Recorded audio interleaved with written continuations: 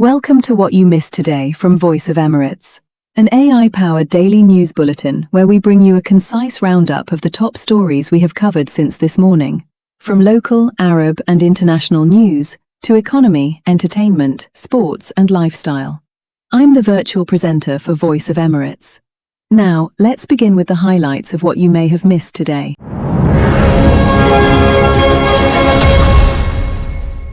More than 25,000 people have died across Europe since the beginning of 2026 as a result of repeated extreme heat waves, according to newly released European data. Authorities say the continent is experiencing one of its deadliest years on record for heat-related fatalities, with prolonged high temperatures placing enormous pressure on health systems and vulnerable populations. Experts are urging governments to strengthen climate adaptation measures as extreme heat becomes more frequent and intense.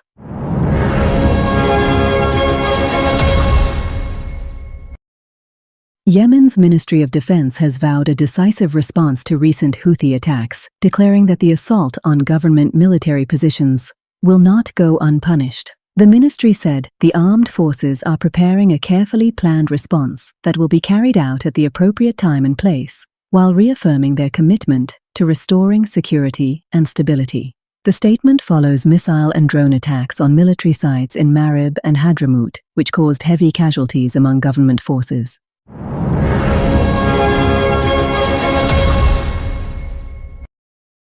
The United Nations says that nearly 300 children have been killed in Gaza since the ceasefire came into effect, highlighting the continuing humanitarian toll despite the truce. UNICEF warned that the figures reflect an average of one child killed every day over the past 300 days, calling on all parties to protect civilians, uphold international humanitarian law, and ensure safe humanitarian access.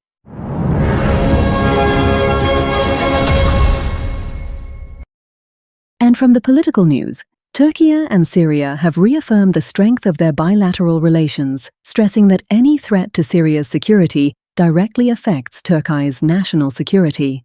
During high-level talks in Ankara, officials pledged to deepen cooperation on security, defense, and regional stability, while emphasizing joint efforts to combat terrorism and preserve Syria's territorial integrity. The two sides also highlighted the importance of continued coordination to address regional challenges.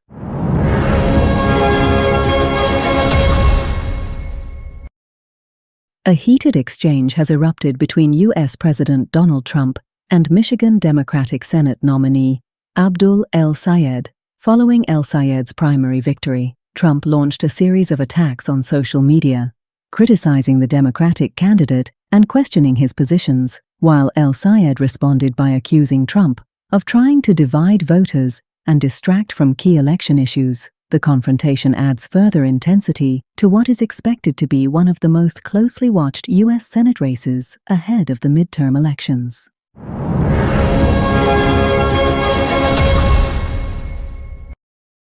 United Nations human rights experts have called on Iran to immediately end the escalating repression of ethnic minorities, particularly Kurdish and Baluch communities. The experts expressed concern over reports of arbitrary arrests, enforced disappearances, torture, and arbitrary executions, urging Iranian authorities to uphold international human rights obligations and protect minority communities from discrimination and abuse.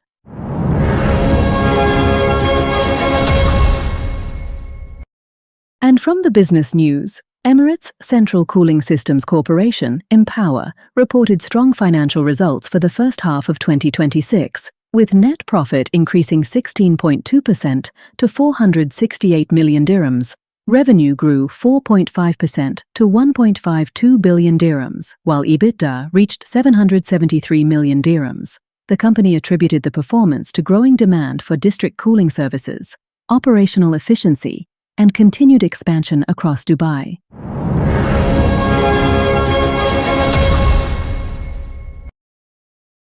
Burjeel Holding reported strong financial results for the first half of 2026, posting 2.8 billion dirhams in revenue, up 4.4% year-on-year. Operating profit, measured as adjusted EBITDA, climbed 24.6% to 517 million dirhams, while adjusted net profit nearly doubled to 227 million dirhams. The healthcare group also recorded more than 3.7 million patient visits, reflecting sustained demand for specialized medical services across its network.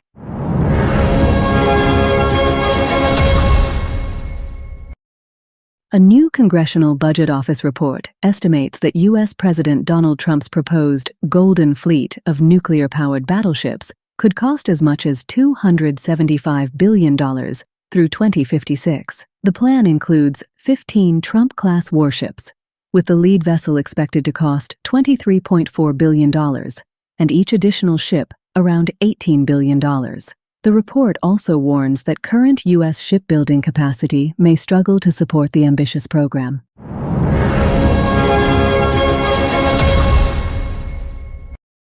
And from the science and technology news, Google is rolling out new lock screen customization features for Pixel smartphones, giving users more control over the look and functionality of their devices. The update introduces new clock styles, improved widget placement, and enhanced personalization options for wallpapers and shortcuts.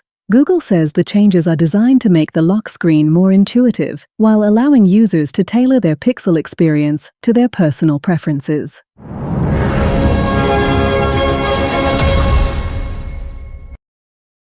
Apple is reportedly developing the iPhone 20 with a major redesign focused on an ultra-thin profile and significantly stronger performance. According to technology reports, the device will feature a more powerful and energy-efficient processor, advanced heat dissipation technology to improve sustained performance, and enhanced on-device AI capabilities. The phone is also expected to receive camera and display upgrades, although Apple has yet to officially confirm its specifications or launch date.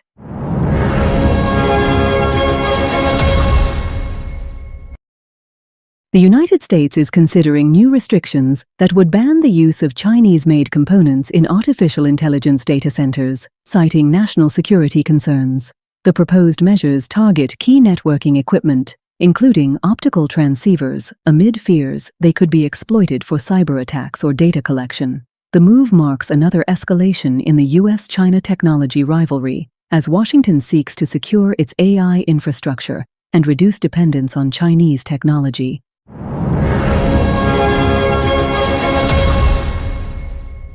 And what you might missed from the art and entertainment news, Egyptian singer Rami Gamal is set to perform his first-ever concert in the UAE as part of his 2026 summer tour. The concert will take place on August 8th at Sheikh Rashid Hall in the Dubai World Trade Center, where he will share the stage with Lebanese star Wael Jassar. Fans can expect a selection of Rami Gamal's greatest hits, alongside songs from his latest album, in an evening celebrating his first live appearance before UAE audiences.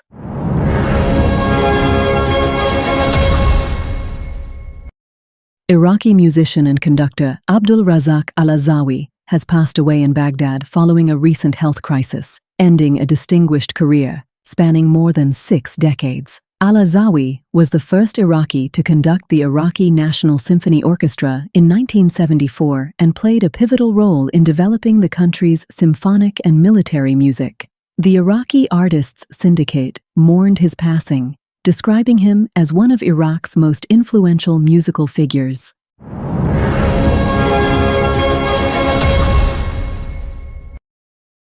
Egyptian star Ahmed Mekki has officially begun filming his new movie, Happy Chance, marking his return to the big screen after a 13-year absence.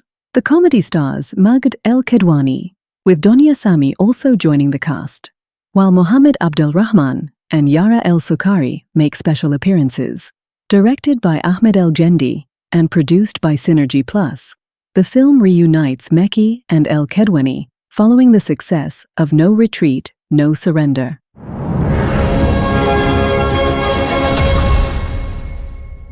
We conclude our roundup with the top sports news stories you might have missed.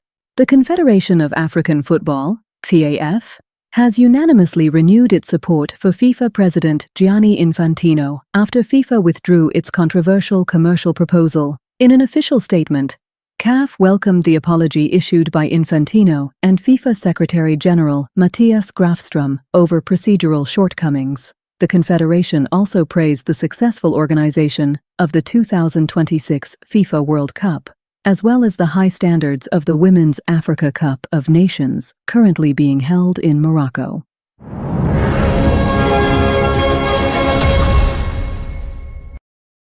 Turkish club Trabzonspor has officially announced the signing of Egyptian star Mohamed Salah on a contract running until 2028. The former Liverpool forward joins on a 2-year deal after ending his spell at Anfield, with the club hailing the transfer as one of the biggest signings in its history. Salah is expected to strengthen Trabzonspor's domestic title ambitions and its campaign in European competitions this season.